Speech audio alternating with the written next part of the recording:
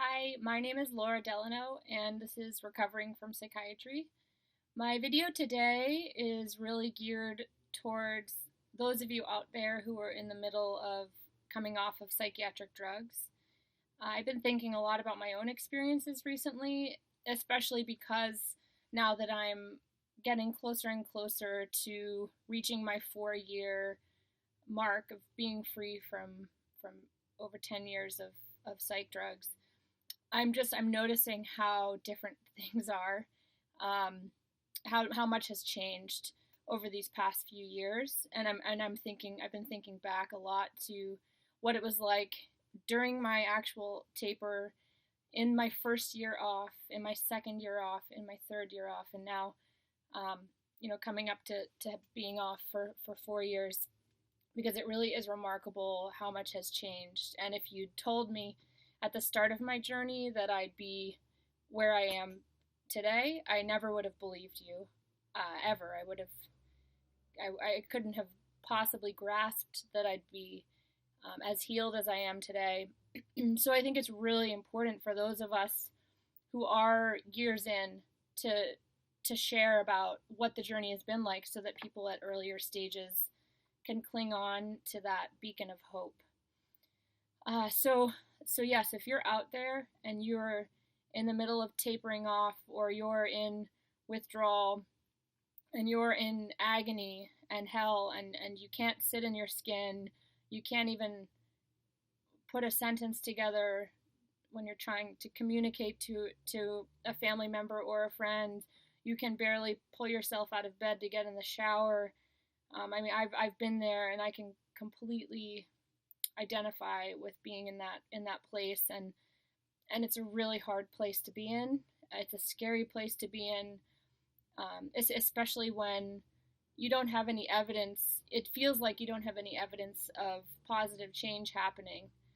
So one helpful tip that I often share with people is to view the pain that you're in, to view however this withdrawal is manifesting itself in you physically. If you're having nerve pain, you're having migraines, you have achy joints, stomach problems, whatever it is. If it's physical pain, emotional pain, you can't sit still, you're debilitated by panic, you're full of rage, you're so deeply depressed you can't even pull yourself out of bed, and then the mental withdrawal, your mind is going a million miles a minute, you're thinking totally crazy thoughts, you can't communicate, you can't read, you can't remember anything.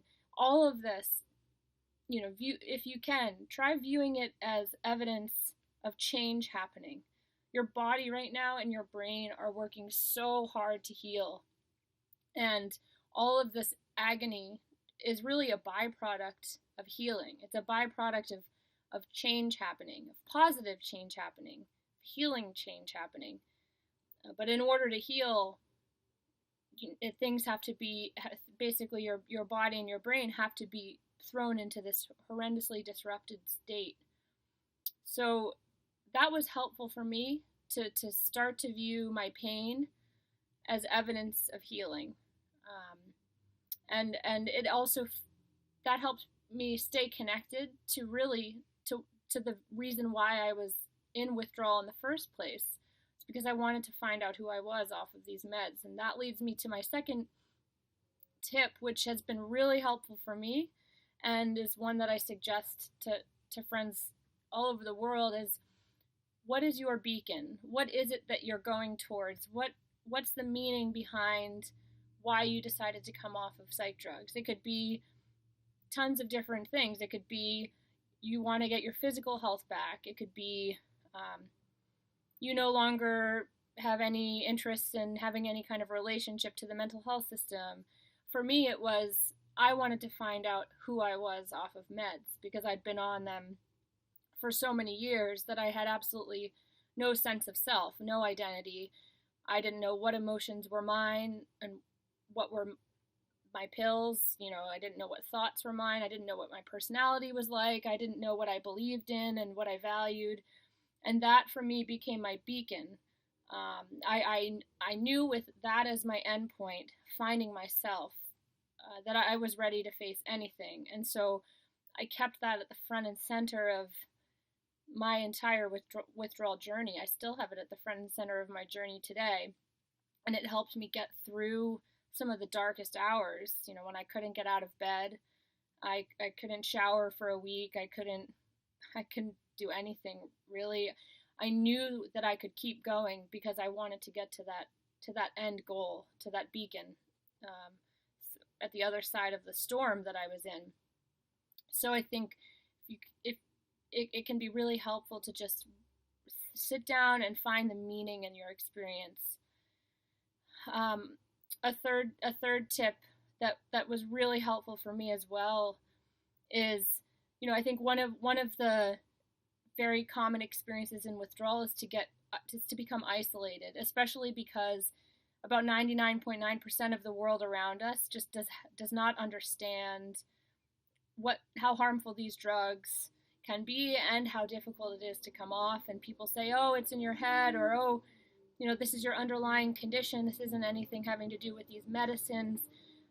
It can be a really isolating experience to come off of psych drugs in the world, in society today, and that isolation can really lead to a place of total hopelessness and total alienation. And so I think finding community of like-minded people, finding community with others who are in the process of coming off is really critical.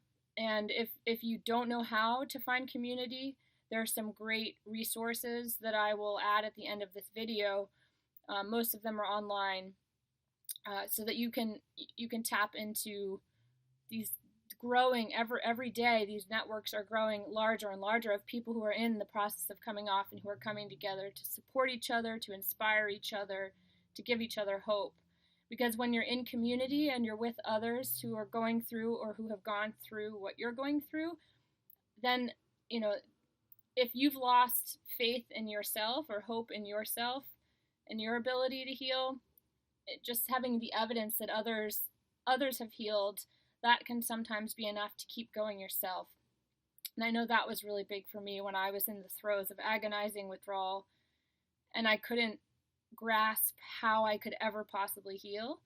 I could look to others to see how they'd healed and that they had once been where I was, and now they no longer were. And that was really important for me. At the end of the day, I've found that so much of the journey of coming off of psych drugs is about one's relationship to the unknown. For me, that meant my relationship to myself and to who I was becoming during withdrawal, and to who I'm continuing to become every day. And also, of course, the actual withdrawal process itself, because there's no way to know how long it's going to take, what's going to happen along the way, and so much of the time, what the experiences that come up even mean. Why is this withdrawal symptom emerging right now, or why is my mind doing this, or why is my body doing this? Sometimes there are answers, but I've found that the majority of the time there are no answers. There is no kind of clear-cut explanation beyond withdrawal itself to explain, why certain things emerged along the way for me. And on the flip side of that, there aren't oftentimes clear-cut solutions or resolutions to these issues. I've definitely found that time has been my biggest healer, and that's a frustrating thing to accept, because especially in my experience as a mental patient, I was used to getting this kind of quick fix. Here's a label, here's a pill, it's going to make this go away. I was so immersed in that way of thinking about my emotional pain. I can go to a doctor and get something to make this pain go away, even though, of course, it never actually made the pain go away. It really only actually made things worse. But that was the belief I had. And so in withdrawal, that same kind of belief can continue on, and it's really hard to shift out of that and to say, you know what, I am in so much pain right now, but I'm not going to go seek an answer for it. I'm not going to try to make it go away.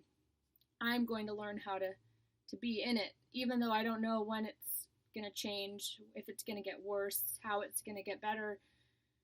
And that's a really hard thing to do, especially to do alone and in isolation. So again, that's another reason why community is so important. But I've found that really focusing on my relationship to the unknown, which then leads me to my relationship to having a sense of faith in myself and hope. And synonymous words to me are faith, hope, trust in oneself. That for me was the only real solution to all of this unknown, because there was no way to find evidence of how long it was going to take for me to heal. All I could do was believe that it was possible. I didn't know how, I didn't know what needed to happen, but as long as I clung to this sense of faith in myself that I am going to heal, I don't know how, but I'm going to heal, I was able to keep putting one foot in front of the other, day after day, month after month, year after year. And so I think just taking a look at one's own relationship to the unknown, especially as it relates to pain and suffering, that can be a really liberating thing, because at the end of the day, there is so much that we can't control about withdrawal, so much, but we can control how we make sense of the experience and how we respond to all of those things that we can't control. And you could argue that's kind of at the spiritual realm, whatever word you want to use, to talk about this idea. For me, I make sense of it as spiritual, but it doesn't have to be, because I think it's a very human thing. It's about me tapping into my human spirit, which had been so harmed and injured by psychiatry, and me looking inwards to find a sense of faith in my capacity as a human being on this planet to survive and to heal. And so that helped me just get through the unknown. And now I'm at this place, almost 4 years in, a bit over 3.5 years in, where I still have plenty of healing to do. My adrenal system is still fatigued. I have thyroid problems. I have some other kind of issues that still haven't resolved themselves around my ability to regulate stress and all of those things.